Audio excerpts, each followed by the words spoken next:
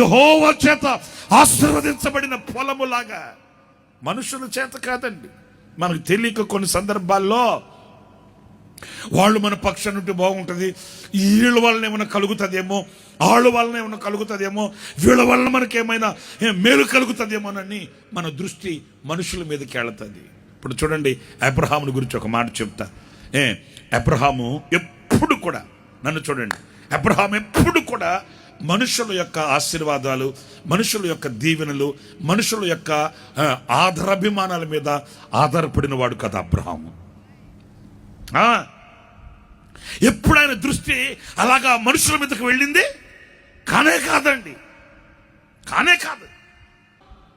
ఒంటరిగా మిగిలిపోయినా కూడా ప్రియులరా, మనం నేర్చుకోవలసిన పాఠం చూడండి. ఎవ్వరికి చెప్పుకోలేని ఆ మోగ వేదనలో అతడు అదుగదుగో ఆ దేవుని మీద మాత్రమే ఆధారపడిన వ్యక్తిగా మనకు కనిపిస్తాడు. అందుకే దేవుడు అబ్రహాము పక్షాన నిలిచి అబీమెలెకును గద్దించాడంట. స్తోత్రం చెప్పండి. అంటే ఆయన ధోరణి ఏంటి? నా దేవుని మూలముగానే నాకు ఏదైనా జరిగితే మేలు జరగాలి.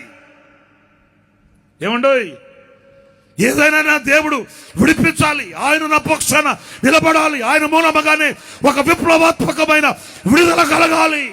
మనుషులు ఎవరో వచ్చి ఇచ్చి ఏదో తెచ్చి నాకు మేలు చేస్తారని నేను అనుకోవట్లే. ఆయన మూలాన